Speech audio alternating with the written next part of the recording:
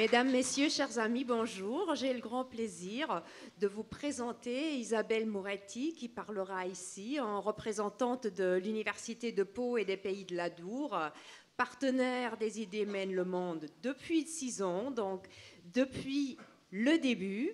Et de toute évidence, cette question des fake news vous passionne parce qu'il n'y a même plus de place dans la salle et je vois des personnes assises sur les escaliers. L'université, évidemment, n'est pas du tout un endroit où on produit des fake news, mais plutôt des idées et des réflexions, justement, autour des possibilités d'éviter et de décerner ce qui sont les fake news, ce que Isabelle Moretti vous présentera.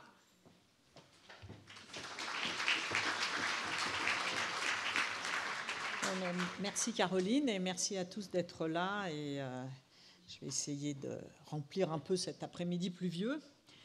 Donc voilà, moi je suis une géoscientiste, pas tout à fait de formation, j'ai commencé en mathématiques, mais j'ai travaillé en géosciences pendant une 40aine d'années, qui est un domaine où il y a des données et chaque jour on acquiert de nouvelles données et où on est très conscient que la progression du savoir, c'est la progression des données et qu'on fabrique des modèles pour interpréter ces données. Et il est très important dans ces domaines, mais dans d'autres aussi, c'est ce que je vais essayer de vous convaincre, de bien faire la différence entre ce qui est une donnée et ce qui est une interprétation de la donnée. Alors je vais commencer par un peu de vocabulaire, parce que là tout à l'heure quelqu'un m'a posé la question pourquoi on dit fake news et pas problème d'intox, etc. Donc, comme vous le savez, pour certains d'entre vous, j'imagine, le mot fake et false, c'est deux mots différents en anglais. Donc, et en français, de fait, on emploie le même mot pour dire faux parce qu'on s'est trompé et faux parce qu'on a cherché à tromper, qui est la différence entre false et fake en anglais. Et donc, ça immédiatement, ça ouvre la porte à un certain nombre d'ambiguïtés sur le fait de qu'est-ce que c'est qu'une fausse information. Est-ce que c'est une information qui n'est pas une information ou est-ce que c'est une information qu'on a falsifiée pour vous tromper? Ensuite, le terme donc, vient des États-Unis, évidemment. Et aux États-Unis, il y a un certain nombre de sites, alors il y en a aussi en France, mais qui se présentent sous forme différente, qui se présentent comme des sites d'information et sur lesquels, si on n'est pas attentif, on voit voilà, un journaliste qui interviewe, etc. Puis en tout petit, sur la 3e page, il y a écrit que c'est juste quelque chose pour amuser, passer le temps. Et donc ces gens ne sont absolument pas tenus à la moindre déontologie qu'ont les journalistes en France. Le problème, c'est que là, c'est vraiment des informations qui sont faites pour tromper et se présenter comme voilà, pour influer. En l'occurrence, là, c'était sur le vote politique des gens. En France, on peut lire ce genre de news, par exemple. Comme quoi, on a assassiné un Parisien qui disait un pain au chocolat à la place d'une chocolatine. Quand vous aurez ça, en général, vous avez un petit réflexe et vous vous dites, ben voilà, c'est le Gorafi. Donc typiquement, le Gorafi se présente comme ça. Si vous ne savez pas que ça existe, vous pouvez croire pendant une fraction de seconde que c'est des news. En fait, bon, c'est un divertissement. Il se trouve que de temps en temps, il tombe très bien et ça peut être très drôle.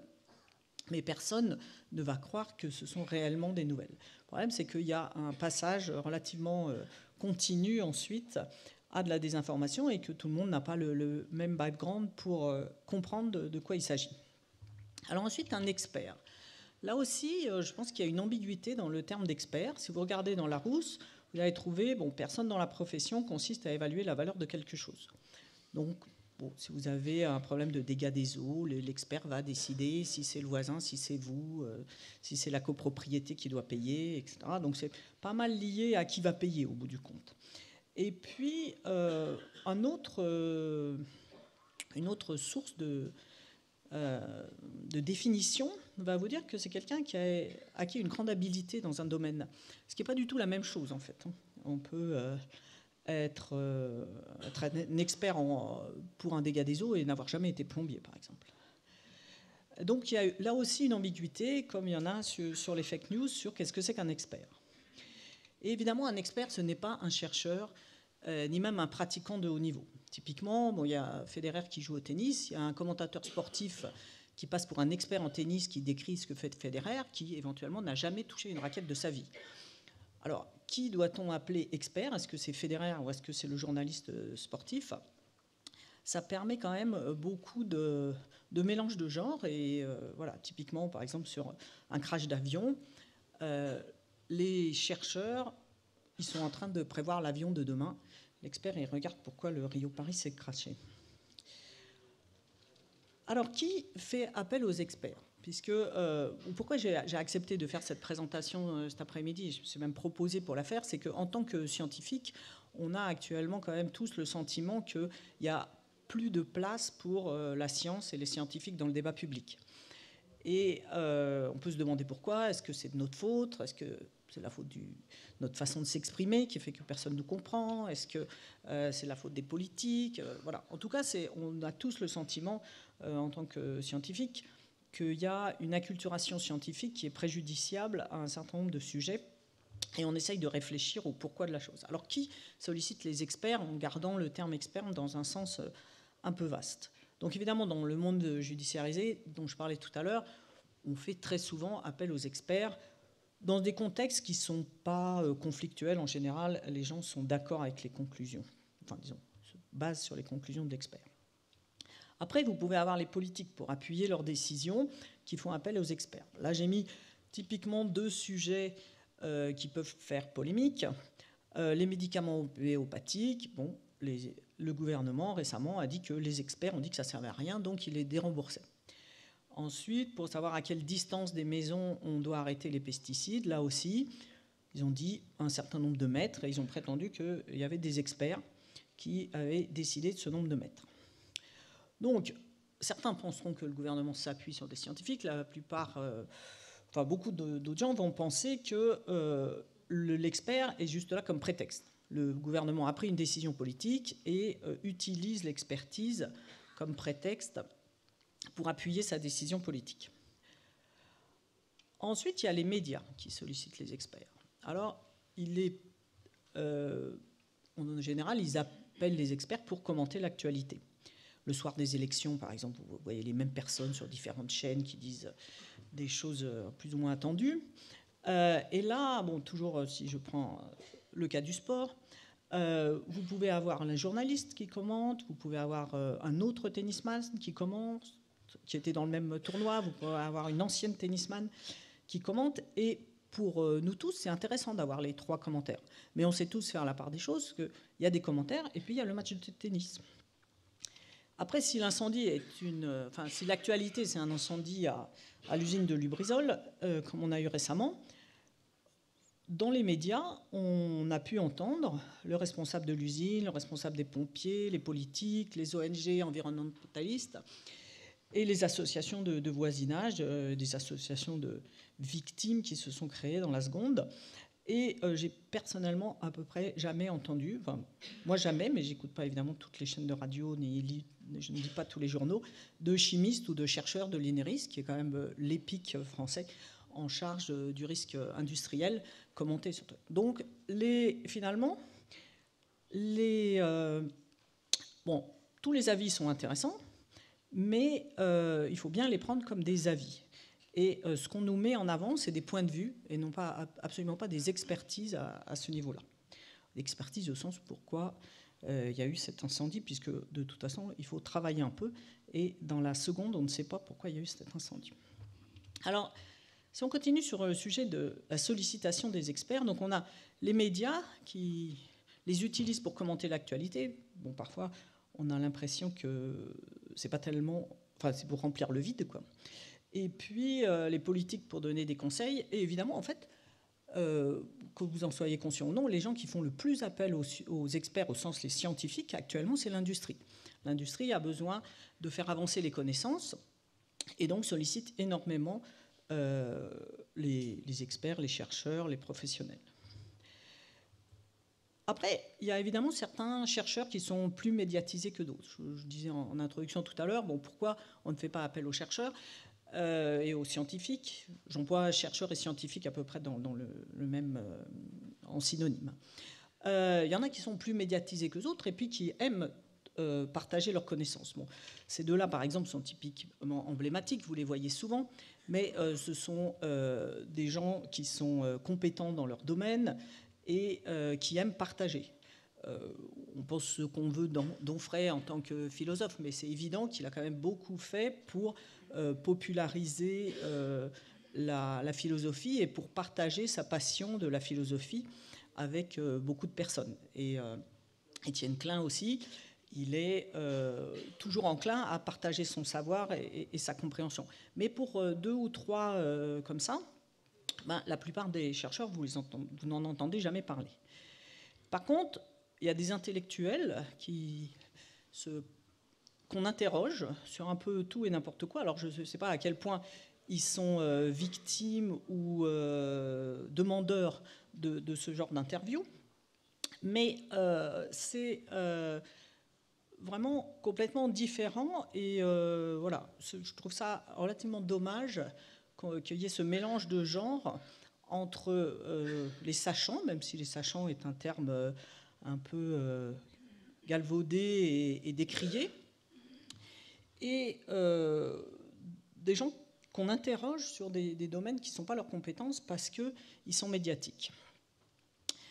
Et j'ai un peu le sentiment, je pense que je ne suis pas la seule, que ces prises de parole de gens qui parlent bien et qui ont des diplômes sur des sujets qui ne sont pas les leurs est très très néfaste à l'image que peut avoir tout un chacun de qu'est-ce que sont justement les sachants et les experts et les chercheurs. Alors, je voudrais insister sur le fait qu'il y a ce que je disais au début, qu'il y a une énorme différence entre l'information et l'opinion, entre le fait et son interprétation. En France, beaucoup de médias, et en fait quasiment tous les grands médias, enfin les médias à grand tirage, se positionnent comme des médias d'information, car neutres politiquement parlant. Alors, en France, on est relativement persuadé, enfin beaucoup de gens sont persuadés que ça existe, d'être neutre politiquement parlant. Il suffit d'aller dans d'autres pays pour se convaincre que tout le monde n'a pas cette même vision. Si vous allez en Espagne, vous habitez dans un quartier, il y a un kiosque, ils vendent El País, ils vendent La Raison, et le type qui tient le kiosque peut vous dire, mais très précisément, les résultats aux prochaines élections. Et les journaux se présentent comme des journaux d'opinion. Si vous lisez évidemment Le Monde diplomatique en France, vous savez que vous ne lisez pas Le Figaro. Mais on a quand même la plupart des grands médias en France se présentent, et en particulier la télé, la radio, etc., se présentent comme neutres politiquement, et ça me semble très dangereux comme présentation, comme mélange de genres entre justement présenter une opinion alors qu'on présente une opinion comme une information. Et donc, ça a deux effets pervers, parce qu'on laisse croire qu'il n'y a qu'une lecture des faits.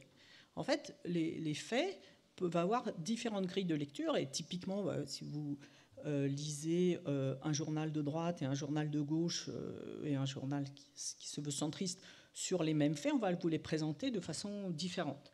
Les faits, ils restent le même. Comme j'ai tendance à dire, le seul journal qu'on peut croire sur parole, c'est L'Équipe. Mais pour tout le reste, et encore, il y a des fautes dans L'Équipe.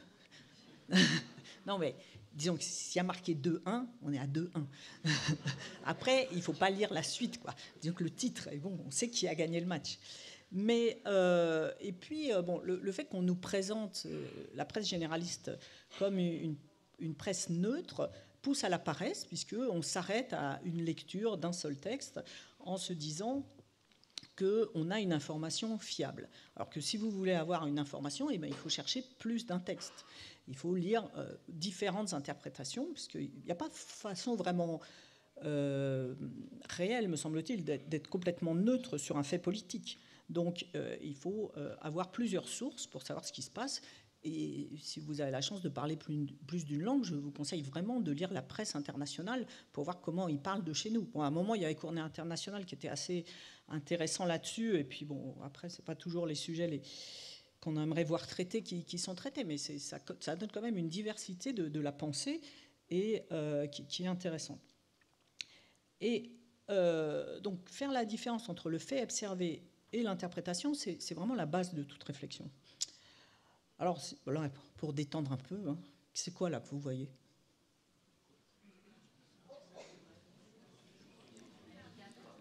Hein? Une trame, ok. Il y a des gens qui... Voilà, il y a des gens qui font du tricot. C'est pour, comme ça, un peu provocateur, mais pour prendre un peu de recul, pour dire que si vous regardez les choses que par le bout de la lorgnette, bon, en fait, c'est Brigitte Bardot, hein, mais voilà, ou c'est les toits de Paris, comme vous préférez. Mais voilà, et ça, c'est quoi? Je sais pas, il y a des archéologues dans la salle et tout ça. Non, c'était... Bon, en fait, non. C'est pour pas qu'il y ait que des... Voilà, que ce soit pas sexué comme présentation, mais voilà, c'est pour dire, ça vaut le coup de prendre du recul, de voir les différentes facettes, etc. C'est une blague, mais très souvent, on s'arrête à un détail et prenez le temps vraiment de voir l'ensemble, quoi. Alors, est-ce qu'on peut informer en 2 minutes et sur 50 chaînes en parallèle? Clairement, non. Et en quelques dizaines d'années, bon, je vois qu'il y a des gens ici qui ont à peu près mon âge, voire plus. Moi, quand j'étais jeune, on allait au cinéma et la première partie, c'était les news. On avait des... Puis ensuite, il y avait un break, et puis on mangeait une glace, et puis après, il y avait le film. Et donc, les informations, les gens avaient le temps de les digérer, enfin, je veux dire, les journalistes qui les faisaient avaient le temps de les digérer, de les monter, de préparer l'image, etc. Actuellement, on est venu à une information, donc un fil en continu, qui est une offre cognitive et qui est jaugée à la seule aule de l'audimat. Donc, les sujets traités, la façon de le traiter a complètement évolué, et une fausse information bien partagée rapporte plus, on parle en euros ou en dollars, hein, qu'une information vérifiée. Et à partir du moment où on vit dans un monde où beaucoup de gens considèrent que la valeur des choses, c'est ce qu'elles peuvent rapporter financièrement, ça devient problématique. Et donc, la concurrence, finalement, dans les 2 journaux qui pousse tout le monde à chercher le téléspectateur ou l'auditeur qui devient un client, fait qu'on est en train de tout tirer vers le bas. Et je pense que vous en êtes tous bien conscients. Et ce qui aurait dû permettre voilà, d'essayer de monter tout le monde vers le haut pour être le plus lu ou le plus regardé ou le plus écouté, fait un peu l'effet inverse. Alors, si on arrive à... On avait commencé par les fake news. Donc, pourquoi il y a des gens qui racontent des choses erronées sur les ondes hertziennes ou la toile, et pourquoi? Alors, normalement, quand on peut chercher à informer, c'est ce que font la plupart des journalistes, et ils essayent de le faire bien, mais se pose le problème de qui paye l'information. Et comme vous le savez, les chaînes ont de l'argent que s'ils ont des annonceurs, et s'ils ont des annonceurs, c'est parce qu'il y a des gens qui la regardent, et pour qu'il y ait des gens qui la regardent, il faut qu'ils traitent des sujets que les gens ont envie d'écouter. Donc, c'est le cercle vicieux, mais c'est à nous aussi de ne pas écouter les chaînes qui ne parlent que des chiens écrasés, quoi. Ensuite, il y a des gens quand même qui occupent l'espace de divulgation de l'information uniquement pour s'enrichir. Donc ça, c'est là que... Donc évidemment, c'est plus aux États-Unis que chez nous. Il y a plein de faux sites d'information, dont je parlais un peu au début, et où les gens vont... Bon, voilà, ça ressemble à un journal télé. Il y a des gens qui ne font plus trop la différence entre la fiction et la réalité, et ça ramène des revenus publicitaires. Et donc, pour avoir le plus de... pour faire monter l'audimat, ils vont traiter de crimes sexuels réels ou inventés, de choses complotistes, etc. Des choses qui vont attirer les gens. Et j'insiste un peu sur le fait que des fois, pour passer le temps, on se dit « Ah, c'est énorme », et puis on regarde quand même ces choses-là souvent. Et c'est nous qui donnons cette valeur de dollars à ces bêtises.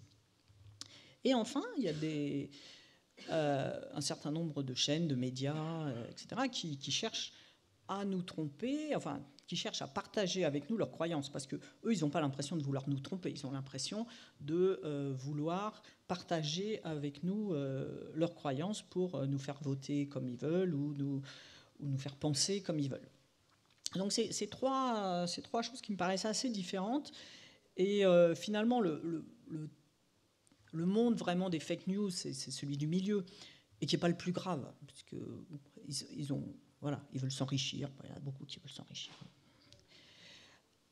Et si je reviens au problème de la pensée unique, le fait de laisser croire qu'il n'y a qu'une grille de lecture par rapport aux événements, et qu'il y a une bien-pensance, et de mettre en avant certains experts pour ramener tout le monde à cette grille de lecture me paraît particulièrement dangereux.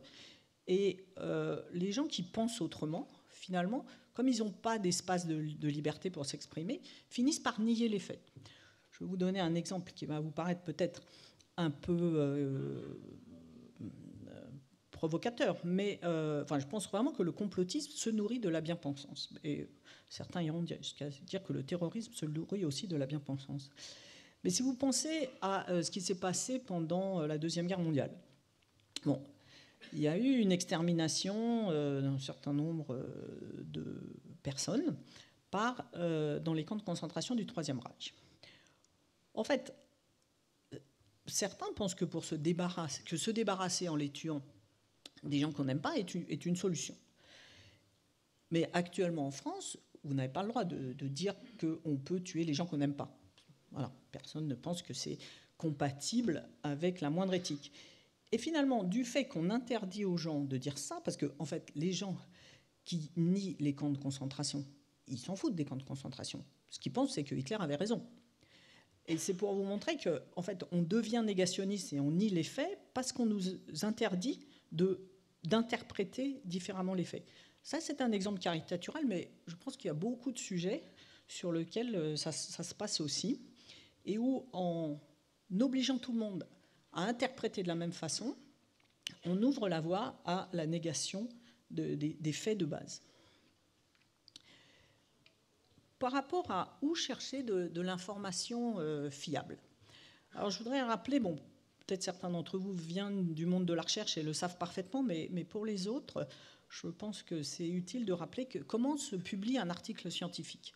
Les scientifiques travaillent sur un sujet, et au bout de X mois ou X années, ils arrivent à une conclusion et ils vont préparer un article. Cet article est soumis à une revue où l'article est renvoyé à ce qu'on appelle des peers, donc c'est des alter ego qui travaillent en général sur le même sujet dans d'autres universités.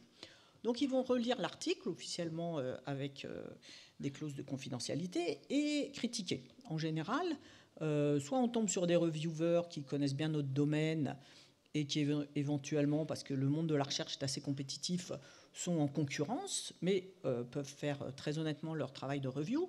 Soit on tombe sur des gens qui, en fait, ne sont pas exactement dans ce domaine, ils regardent ça, et ils font ce qu'ils peuvent pour améliorer le papier. Mais en tout cas, au bout de 6 mois, en général, et malheureusement, ce n'est pas du tout au bout de 15 jours, on reçoit son papier avec du rouge partout, et l'éditeur nous demande de corriger l'article.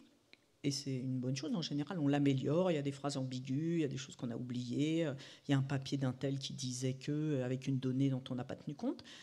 Donc sortir un papier scientifique, c'est entre 1 an et 1 an et demi de travail. Et une fois qu'il est publié, il est publié dans la revue qui a fait ce travail de review. Et bien que les États, l'Europe aient décidé que le fruit de la recherche publique qui était fait sur de l'argent public devait être public, ce n'est pas le cas. Les éditeurs scientifiques se battent pieds et ongles pour garder ça dans des revues payantes. Alors on a tous des astuces, on met en ligne des choses qui ne sont pas finalisées, etc. Mais c'est ça un peu l'idée. Donc en gros, pour faire sortir un papier scientifique, il faut 1 an et demi, et ça sort dans un journal qui a un très petit nombre d'abonnés. Sur Internet, vous mettez ce que vous voulez. Au bout de quelques heures, il y a des centaines de milliers de personnes qui l'ont vu. Et même si c'est supprimé rapidement, il y a beaucoup plus de gens qui l'ont vu que n'importe quelle revue scientifique. Donc ça, c'est un biais terrible pour où trouver de l'information fiable. Puisque si vous n'êtes pas dans le domaine de la recherche, vous n'avez pas accès aux revues scientifiques. Vous avez Après, l'autre biais d'Internet, en effet, cette facilité à envoyer des idées loufoques un peu partout, ça fonctionne, de fait. Par exemple, la théorie que la Terre est plate, il y a 60 ans, il y avait quelques dizaines de personnes qui y croyaient. Depuis qu'on utilise Internet pour propager ce genre de croyances, on est à des centaines de milliers de membres. Après, encore une fois, peut-être il y a des gens, ils cliquent sur ce truc ou ils s'abonnent parce qu'ils trouvent ça drôle. Ben bon, est-ce que il y en a certainement beaucoup qui le croient, puisque je crois qu'actuellement, il y a une dizaine de Français qui croient encore que la Terre est plate. Bon, après, il faut être honnête, hein, on n'a pas attendu Internet pour nier la science et pour embêter les scientifiques. Bon, vous savez tous l'histoire de Galilée, qui nous est enseignée de façon un petit peu biaisée aussi dans les livres d'histoire, parce que quand même, Galilée, il était protégé par le pape et payé par le pape. Hein, donc c'est pas que... il y avait des guerres de religion aussi à l'époque, et tout le monde n'était pas anti-Galilée. Mais de fait, ça fait quand même 2500 ans qu'on sait que la Terre est ronde et qu'on sait même son rayon, quoi. Donc on a une lenteur de la propagation de la science du fait d'intérêts éventuellement des religions, mais aussi d'autres groupes de pression, qui est une réalité depuis toujours. Après, on a le sentiment quand même actuellement entre scientifiques, hein, sans vouloir tourner dans le victimisme, qu'il y a eu des périodes où on croyait un peu plus à la science et au progrès qu'actuellement. On a le sentiment que beaucoup de gens actuellement sont persuadés que le progrès de la science et des sciences n'amène pas à une amélioration de la vie de tout un chacun. Si vous regardez, par exemple, au moment du siècle des Lumières ou au moment de la Révolution française, c'est là qu'on a créé ces endroits où on pouvait faire foisonner que les scientifiques aient un endroit pour travailler et soient foisonnants. On sait tous que Napoléon III était très copain avec Pasteur, qui faisait ses expériences dans leur salon, etc. Et voilà, je ne sais pas si quelqu'un a été invité à l'Élysée pour faire une expérience un jour, mais bon, pas moi. Et puis aussi, on a le sentiment qu'il fut une période où l'exploration n'était pas limitée par la peur du risque. Hein. Heureusement qu'il y a eu des gens qui étaient prêts à tomber, parce que sinon, on n'aurait toujours pas d'avion. Et au-dessus, bon, vous ne pouvez pas lire, mais c'est une lettre de Napoléon III à Pasteur pour lui demander de continuer ses recherches. Voilà. Et puis, bon, après, il y a des gens qui disaient que ce n'était pas pour l'astrologie qu'il allait l'avoir, mais quand même, on n'a pas l'impression que les politiques en France consultent vraiment les scientifiques. Donc on vit dans un monde où le mot expert est galvaudé, ne veut plus dire grand-chose, c'était un peu mon message pour l'instant, et finalement, opinion, propagande et désinformation finissent par être complètement synonymes. Donc il va falloir essayer d'inverser ça certainement dans les années qui viennent. Et en effet, le problème de qu'est-ce qu'on peut faire en démocratie et qu'est-ce qu'on doit faire en démocratie, est-ce que tirer au sort 150 citoyens pour s'occuper du climat, est-ce que c'est raisonnable ou non? Évidemment, la plupart des scientifiques vont vous répondre que ce n'est pas raisonnable, et d'autres vont vous dire c'est ça la démocratie. Mais on peut décider que les pommes s'envolent, les pommes tombent quand même. Et pour en revenir à cette notion de fait et de raisonnement, donc l'observation est vraiment à la base de tout. Et quand on est en géosciences, là j'ai vu que dans la salle il y en avait certains, on sait très bien, on a une image du sous-sol, on n'est pas capable de forer partout, on n'est pas capable d'avoir une image du sol, donc on a quelques données et puis on crée un modèle. Et l'année d'après, quelqu'un va acquérir une autre donnée et il faut que notre modèle soit toujours en accord avec ces données ou revoir son modèle. Et son modèle devient obsolète dès qu'il y a une nouvelle donnée contradictoire, mais il n'était pas faux il y a 2 ans, puisqu'il y a 2 ans, il était compatible avec toutes les données. Et donc la notion de faux et de vrai n'est pas forcément celle qu'on nous enseigne à l'école. Quelque chose est réputé vrai tant qu'on n'a pas de données qui prouvent qu'elles sont fausses. Et ensuite, on accumule les données. Et actuellement, bon, on est au XXIe siècle quand même. Il y a longtemps que tout le monde travaille, que presque tout le monde sait lire et écrire. Donc, on a des modèles sur un peu tout et qui expliquent un peu tout. Donc, forcément, la science va progresser, soit parce qu'on cherche à acquérir de nouvelles données, tombe du ciel comme ça par hasard, mais comme vous le savez, le hasard, c'est pas toujours ça. Mais c'est surtout parce qu'il y a des gens qui doutent.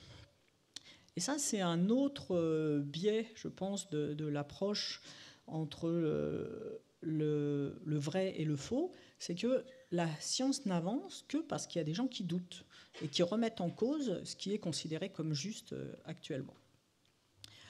Donc ça, c'est la recherche théorique. La recherche industrielle a souvent un but de finalité, mais au bout du compte, là aussi, c'est une façon de poser la question. La façon de la résoudre et de faire avancer la connaissance, elle est très très similaire entre ce qu'on appelle la recherche académique et la recherche industrielle. De toute façon, il va falloir lutter contre les anciens. Moi, j'ai beaucoup travaillé dans le monde de l'énergie.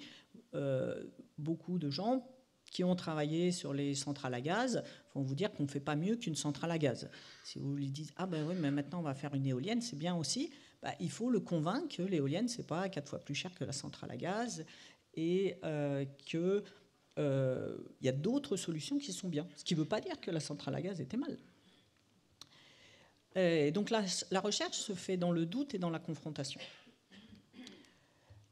Là, je voudrais insister un peu sur le... Je pense qu'il y a des enseignants dans la salle, parce que dès qu'on essaye de réfléchir, il y a quand même des enseignants qui s'impliquent. Et je pense que l'enseignement en France est très basé sur oui-non, et beaucoup de gens ont l'air de penser qu'il n'y a qu'une seule chose qui est vraie et beaucoup de choses qui sont fausses. Alors il y a beaucoup de choses qui sont fausses, mais il y a beaucoup de choses qui sont vraies aussi. Et il faudrait quand même que les gens soient beaucoup plus conscients qu'un modèle, ça explique des données. Et que donc, ce qui est vrai aujourd'hui peut être faux demain. Et pas... alors, ce qui est faux aujourd'hui sera sans doute faux demain.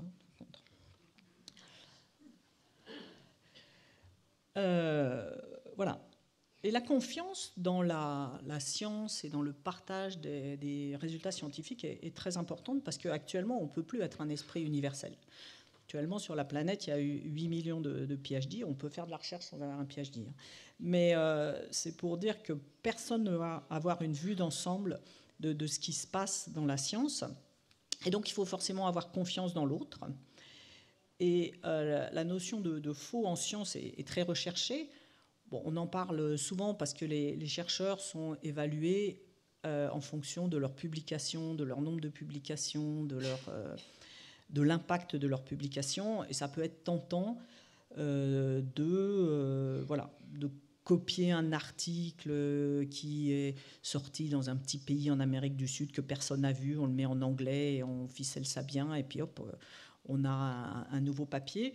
Mais vraiment, le monde de la recherche est très attentif à ça, et bon, du fait des algorithmes, on peut les rechercher.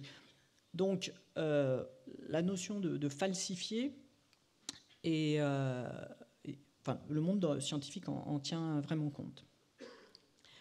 Mais le problème, c'est que oui, vous n'avez pas tous accès aux mêmes sources que nous, et puis bon, certains de ces papiers sont parfaitement illisibles par beaucoup d'entre vous.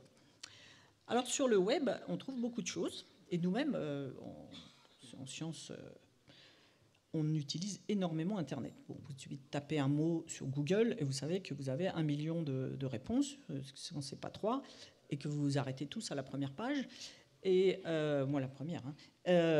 Et qui fait le plus de bruit sur le web, c'est pas le chercheur. Le chercheur, il cherche à convaincre ses pairs, donc il va dans un congrès, il parle comme ça devant 50 personnes, il a une bonne question à la sortie et il est content. Le croyant, il veut convaincre le plus grand nombre, donc lui, il fait du bruit sur Internet. Et à partir de là, vraiment, tout est dit. Jamais un astrophysicien ne va perdre son temps et son après-midi à dire que l'astrologie, c'est pas de la science. Et par contre, tous ceux qui croient en l'astrologie vont prendre le temps qu'il faut pour mettre plein de choses sympathiques sur Internet, éventuellement de toute bonne foi. Donc, je pense que nous autres scientifiques et chercheurs, nous avons une grande part de responsabilité dans l'acculturation, aussi bien de nos dirigeants que de beaucoup d'autres, parce qu'on ne prend pas la parole, et on ne prend pas la parole pour partager. On la prend entre nous et entre pairs. Et voilà, typiquement, vous prenez Haroun Tazieff. Il y a 40 ans, Haroun Tazieff était considéré comme le grand volcanologue par tout un chacun et par un moins que rien par le monde scientifique. Et on peut donner beaucoup d'exemples aujourd'hui. Il y a une très légère frémissement du fait de reconnaître que participer au rayonnement de la science auprès des non-scientifiques a un intérêt pour la nation et pour le citoyen. Alors, les explications scientifiques, elles passent mal, parce qu'elles sont non triviales, et beaucoup veulent du trivial. Et puis aussi, voilà un exemple, là aussi caricatural, mais bon, certains pesticides ont des effets négatifs sur l'homme, on le sait tous. Alors, les gens disent, interdisons les pesticides. Oui, mais il y a quand même certains insectes qui tuent l'homme. Et il y a quelques années, vous avez certainement suivi, on a interdit des pesticides qui étaient les seuls à tuer les moustiques. Et résultat, le paludisme a continué à tuer. Mais les gens qui ont fait interdire le produit qui était efficace, ils étaient absolument persuadés qu'ils avaient raison de faire ça, parce que ce pesticide avait des effets secondaires. Donc dès que la question est compliquée, les gens la simplifient et puis ils s'arrêtent à une question. Et là aussi, on a un manque de... traiter les questions complexes et la gestion de l'incertitude, c'est pas ce qu'on nous apprend à l'école. Alors que, par exemple, si vous jouez au Sudoku, si vous voulez dépasser l'étape 0, il faut savoir gérer l'incertitude. Il faut savoir que dans cette case, c'est 1, 2, 3 et pas 5, 6, 7. Donc vous gérez l'incertitude pour avancer dans la résolution du Sudoku. Mais là, les gens ne font pas ça dans la vie de tous les jours. Ils veulent du binaire. Et puis, ils veulent aussi un sens. Bon, il y a énormément de livres et de... Enfin, voilà, les gens veulent qu'il y ait un sens à leur vie. Et en général, les explications des scientifiques ne donnent aucun sens. Si votre ami meurt dans un tremblement de terre juste parce qu'il était là ce jour-là au mauvais moment, ça n'a pas de sens. Du temps où on croyait en Dieu, on disait, bon ben voilà, ce matin là j'entendais quelqu'un qui disait au moment du tremblement de terre de Lisbonne, il y avait des religieux qui avaient dit que c'était à cause des péchés qu'il y avait eu un tremblement de terre. Bon, évidemment, les sismologues ont une autre version de l'affaire, mais sur plein d'autres choses, on continue à vouloir trouver quelque chose. Et alors comme on croit plutôt en Dieu, on va dire que c'est la faute des Américains, que c'est la faute des Russes, que c'est la faute de Daesh, etc. Mais on cherche un responsable.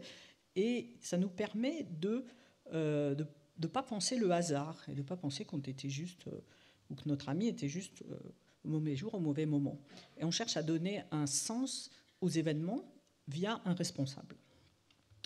Et donc le complotisme se nourrit aussi de ça, de la recherche de sens et de notre rejet du hasard.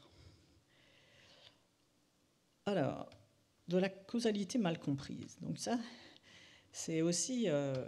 la plupart, quel est le taux de corrélation entre deux événements indépendants d'après vous? 0%. Deux événements binaires qui sont indépendants, le taux de corrélation, c'est 50%.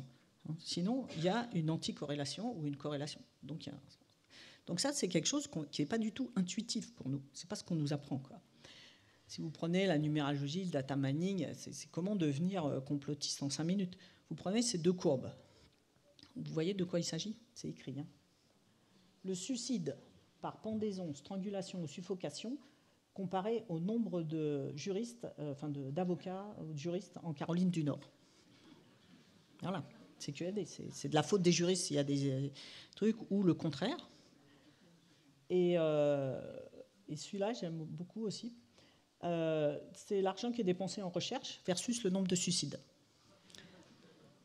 j'ai une de mes enfants qui est assez anti-science, j'ai dû trop l'embêter. Quand je lui ai parlé de ça, elle m'a dit « Ah, ben, je t'avais bien dit, maman !» Mais voilà, le fait que deux courbes soient les mêmes n'a aucune valeur scientifique. Hein. Et on utilise quand même beaucoup les corrélations pour nous faire croire qu'il y a une causalité. Alors là, dans ce que je vous ai raconté, j'ai pas mal piqué d'idées à quelqu'un qui s'appelle Gérard Bronner et qui a écrit beaucoup sur ce sujet de la démocratie des crédules. Et il y a un autre point qui met en évidence, c'est que on aime bien être victime dans nos sociétés hyper protégées. Et que le statut de victime est enviable dans l'espace démocratique, enfin dans le nôtre. Hein. Si vous êtes au Bangladesh et que la maison du voisin s'effondre, bah vous êtes juste content d'être dans la maison d'à côté. Vous n'avez pas à dire que vous êtes victime collatérale de... et c'est assez vrai. Hein. Si vous regardez, par exemple, voilà, sur l'usine de Lubrizol, c'était une caricature. Tout le monde a voulu se présenter comme victime de cet incendie. Et si on ne les reconnaît pas comme victimes, les gens crient au complot. Alors pourquoi ? Bon, est-ce que c'est pour passer à la télé ? Est-ce que c'est pour être indemnisé ? Est-ce que c'est juste cette quête de sens, vouloir faire partie de l'histoire avec un petit H ou un grand H, mais qui fait aussi que voilà, là aussi, la recherche du complot et de croire en permanence qu'on nous cache quelque chose se nourrit de... Enfin, c'est un effet secondaire de la démocratie. Donc voilà, le titre de son livre, c'est La démocratie des crédules.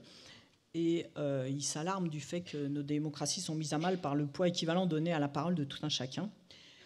Mais évidemment, quand on est expert en quelque chose et qu'on dit que toutes les paroles ne se valent pas, on passe pour non-démocrate. Mais voilà. Voilà. Donc pour résumer, parce que je vois que le temps passe... je voulais partager avec vous que le fait de bien séparer fait et interprétation est fondamental. C'est la base de la pensée scientifique et c'est aussi comme ça que progresse la connaissance. Il s'agit en permanence de chercher des nouveaux faits pour bâtir des nouvelles théories et mettre à mal la théorie précédente en fonction des faits, mais pas nier les faits précédents. C'est une construction et... on le dit à tous nos étudiants, faites très attention quand vous écrivez votre premier papier. En général, ils prennent ça à cœur, donc ils confondent hypothèses et faits. Il y a des faits et puis il y a des hypothèses. Et c'est normal de faire des hypothèses pour arriver à une conclusion. Mais il faut bien savoir qu'est-ce qu'on a fait comme hypothèse, parce que le jour où il y aura une donnée qui sera en contradiction avec ces hypothèses, ben, ce sera très facile de dire « bon, ben, j'ai fait cette hypothèse, elle c'est faute » et de reprendre. Mais si on a mélangé les genres entre... les faits et nos hypothèses, il va bien falloir dire juste je me suis trompé et c'est plus gênant. Parce que c'est comme ça qu'il y a des gens qui écartent les nouveaux faits pour ne pas remettre en cause leur modèle ou leur précédente publication. Et le fait de prétendre qu'il n'y a qu'une grille de lecture des faits me paraît vraiment très négatif et très dangereux pour nos démocraties.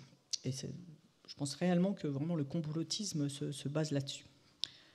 Et en effet, on est tous responsables, hein, parce qu'on est paresseux, parce qu'on ne lit pas tout, parce qu'on s'arrête à la première page de Google, parce qu'on regarde le fil des news et qu'on a l'impression en fin de journée de savoir ce qui s'est passé parce qu'on a vu 3 titres sur nos smartphones, et parce qu'on regarde les fake news en se disant c'est rigolo, mais le type il touche 1 euro, 2 euros à chaque fois qu'on a fait un clic. Et puis... par notre envie d'être victime et notre incapacité, mais aussi par construction au niveau de l'éducation en France, de reconnaître qu'il y a plus d'une bonne solution.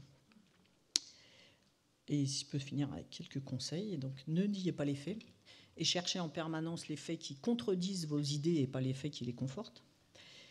Mais ne vous laissez pas dicter vos opinions. Voilà. Je ne sais pas si vous voulez partager d'autres opinions, justement.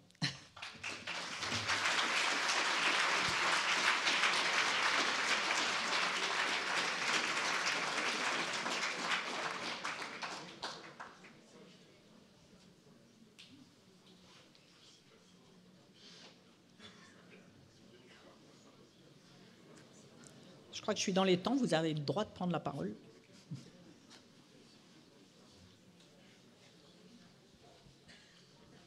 Non.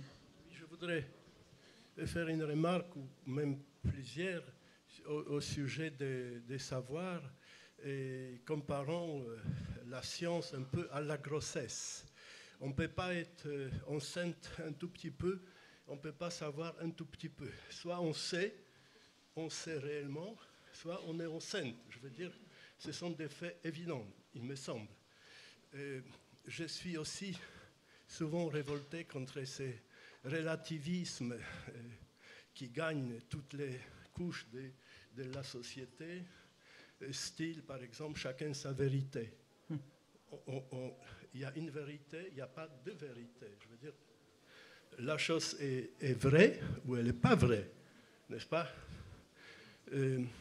Ces relativismes conduisent la société à une espèce de superstition, aussi bien dans la science non contrôlée, où les gens s'expriment sur les choses sur lesquelles ils n'ont pas la moindre idée, et très stimulés par les médias, parce qu'on revient encore, chacun sa vérité, n'est-ce pas?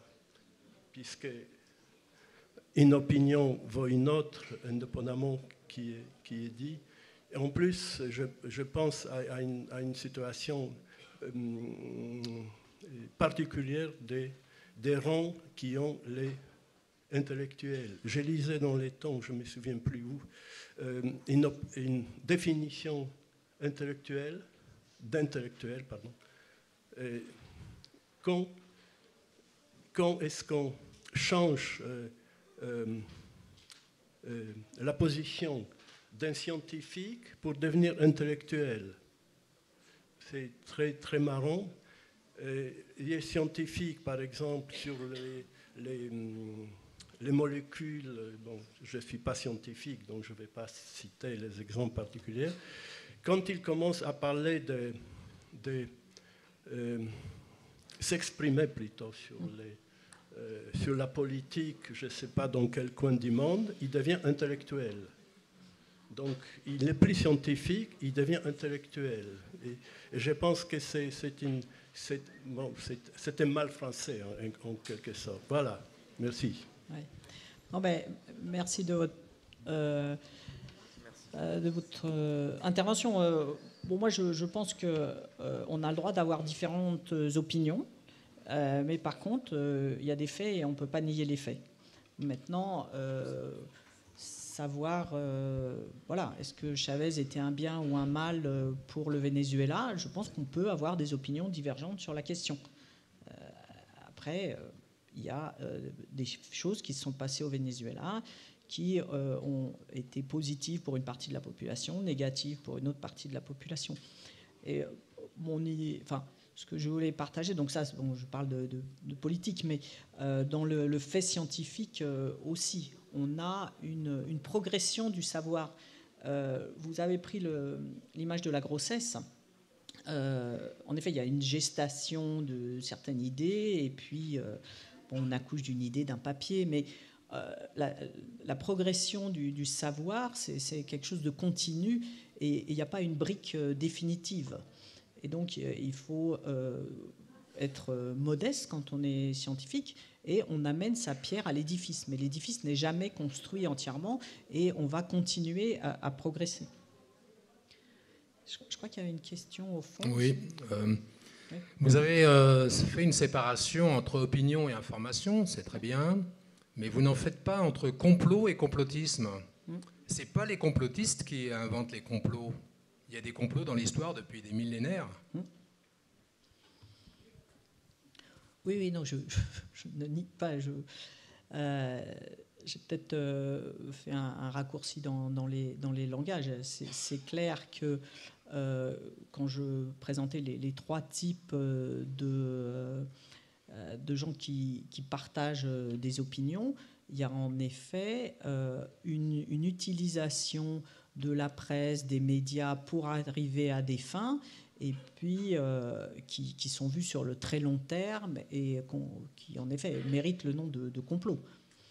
Mais après, penser, quand il y a un tremblement de terre à Hawaï, que c'est dû à des essais des Américains sur des ondes dans la haute atmosphère, ça c'est du complotisme, quoi. Bonjour, juste ici. Je ne vais pas me lever parce que sinon les personnes derrière ne verront rien. Non, je me lève. mais j'ai écouté avec attention votre exposé et je vous remercie. Il y a plein d'idées. Alors moi, je suis d'une génération qui n'a pas connu les news au cinéma. J'ai connu les glaces pendant l'entracte, mais pas les news. Vous dites beaucoup de choses qui, pour moi, font sens. La première, c'est qu'on grandit et on est éduqué en partie dans une société où on nous explique que c'est yin ou yang. Cette notion de binaire, elle est dans l'éducation de l'enfance jusqu'à la vie adulte, quelque part, on nous construit à réfléchir comme ça. C'est déjà pour moi un premier sujet. Vous parlez des fake news et de l'arrivée d'Internet. Vous parlez du doute aussi, légitime. Je crois que Internet a amené aussi toute une génération à s'interroger sur la véracité des informations qui étaient données par des médias traditionnels, type le journal de 20h, le journal de 13h, etc., et qui ont apporté aussi un éclairage sur le fait que l'information était orientée d'une certaine façon. Donc il y a aussi un bon côté d'Internet sur cet aspect-là. Voilà, moi j'ai une lecture très générationnelle de la chose, mais il y a pour moi quelque chose qui est très éclairant dans ce que vous dites, à savoir le fait de douter de tout et que la vérité n'est toujours que la vérité à un instant T. Je crois que c'est fondamental, mais ce qui est très compliqué aujourd'hui, c'est d'avoir l'information ou d'aller rechercher l'information qui soit la plus plausible ou la plus valable. On est confronté à une multitude d'informations qui nous arrivent de partout, et même les médias traditionnels, vous l'avez évoqué tout à l'heure avec les traditionnels, décidément, vous l'avez évoqué tout à l'heure avec les intellectuels, pour moi, c'est un arbre à connaissances construit avec du vide, la plupart des gens qu'on entend à la télé. Et c'est extrêmement problématique aussi d'aller chercher la bonne information.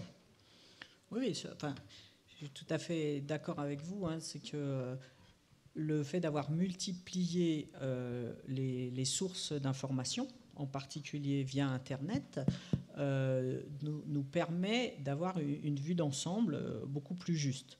Après, est-ce qu'on le fait? C'est une autre question. Et le fait que les médias traditionnels ne sont pas neutres, c'est ce que j'ai essayé d'exprimer, ça n'existe pas la neutralité, je pense, quand on donne une opinion. Une question, s'il vous plaît, autour d'une distinction qui traverse, je pense, une bonne partie de votre discours, c'est-à-dire la distinction entre le jugement sur les faits et les jugements de valeur. Si je dis il y a des groupes humains qui représentent un niveau inférieur de l'humanité, par conséquent, pour le salut de l'humanité, il faut les exterminer. Je passe immédiatement en justice. Pourquoi est-ce que je passe en justice? Parce que la proposition que j'énonce est absolument contraire au système éthique à l'intérieur duquel nous vivons, quasi universellement. À côté de cela, il y a les jugements sur les faits. Si je dis Napoléon n'a pas existé, on ne va pas m'envoyer en prison ni même me traduire en justice. Je vais susciter certainement une intense rigolade, et certains historiens vont peut-être malgré tout prendre la peine de me montrer que ma proposition est fausse, totalement invraisemblable, ce que je pense bien entendu. Donc, il ne va pas y avoir de condamnation sur une proposition qui énonce des faits qui sont faux. D'ailleurs, cette proposition, Napoléon n'a pas existé, autre proposition semblable en histoire, ça porte un nom, ça s'appelle l'hypercritique. Bon. Alors, à partir de là, que pensez-vous de la loi Guessot, qui condamne au pénal des propositions de fait et non de valeur sur la Seconde Guerre mondiale? J'aimerais mieux que vous me posiez une question de géologie. Je serais plus à même de répondre. Mais voilà, à titre... une fois, je parlais avec un ami américain qui vivait en France Et il trouvait les Français, notre façon de pénaliser le racisme, par exemple, très très surprenant. Ils disent, moi, bon, lui il était métis, plutôt noir. Il disait, moi, que quelqu'un dise j'aime pas les noirs, ça me gêne pas. Voilà, que quelqu'un ne m'embauche pas parce que je suis noir, ça c'est embêtant. Et il trouvait qu'en France, finalement, on pénalisait, mais c'est exactement ce que vous venez de dire, on pénalisait le fait de dire j'aime pas les noirs, et dans la pratique, quelqu'un qui n'embauche pas de noirs, il risque pas grand-chose.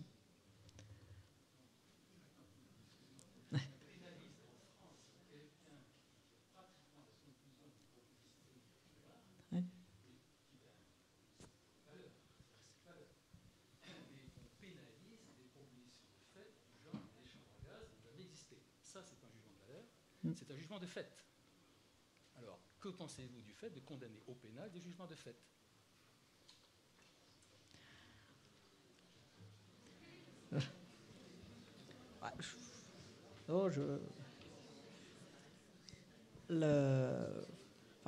Vraiment, le monde judiciaire, c'est pas mon domaine. Mais il y a...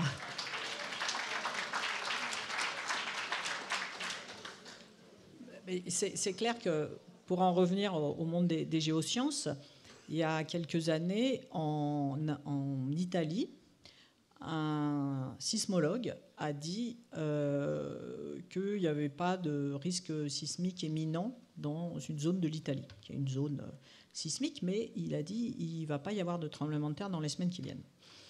Il y a eu un tremblement de terre, il a été condamné en justice à 2 ans de prison. Bah, on a tous été un peu surpris. Voilà, si on en arrive à cette judiciarisation de l'erreur, enfin voilà, il a dit quelque chose de faux. Mais est-ce qu'on doit aller en prison pour ça ?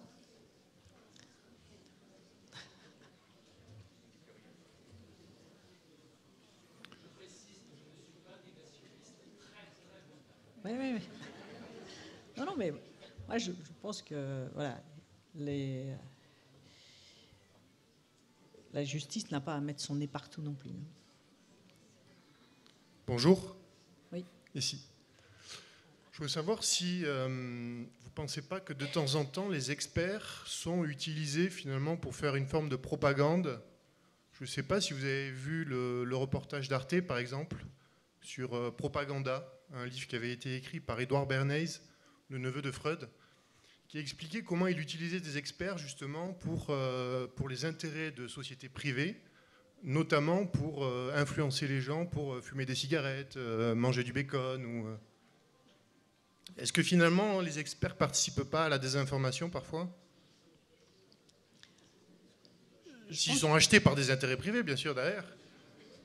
Je pense que la force publique peut aussi acheter des experts et qu'il n'y a pas besoin d'être les sociétés privées n'achètent pas plus les experts que le reste. Enfin, c'est personnel ce que je veux dire. Moi, j'ai travaillé en recherche, pendant 30 ans pour la recherche publique et pendant 10 ans pour la recherche privée.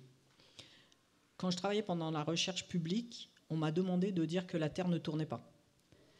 Et jamais quand j'ai travaillé pour la recherche privée. Parce que, en effet, dans la recherche publique, le directeur du labo avait besoin de convaincre les députés qu'il fallait laisser de l'argent dans ce labo. Et donc, il allait dans le sens des politiques. Et dans la recherche privée, évidemment, il peut y avoir une demande de... Quand vous prenez quelqu'un qui est spécialiste du comportement humain pour regarder comment faire la pub, pour vous pousser à acheter des cigarettes et des voitures, c'est clair que si on est contre les cigarettes et les voitures, on peut penser que l'expertise de cette personne est mal employée. Mais le monde public, en fait, là... Enfin, le monde public est protégé justement de la judiciarisation. Bon, on a eu le sang contaminé qui était un peu une exception en France. Mais le monde privé ne l'est pas du tout. Il peut se retrouver en procès du jour au lendemain. Et donc, en fait, les gens font beaucoup plus attention à ce qu'ils disent quand ils sont dans le privé que quand ils sont dans le public. Mais bon, C'était une expérience personnelle. Après, c'est un vrai souci actuellement par rapport à la parole des experts, de renier, enfin de dénier à toute personne travaillant dans le domaine le droit de parler parce qu'il serait acheté. La plupart des gens ont besoin de se regarder dans la glace le matin et disent réellement ce qu'ils pensent être vrai, quel que soit leur employeur. Et la meilleure façon d'avoir une opinion globale, c'est d'interviewer un certain nombre d'experts. Pas de rejeter tous les gens qui sont dans le domaine en disant vous êtes payé par des intérêts qui vous forcent à. Merci beaucoup de cette très belle parole. Merci.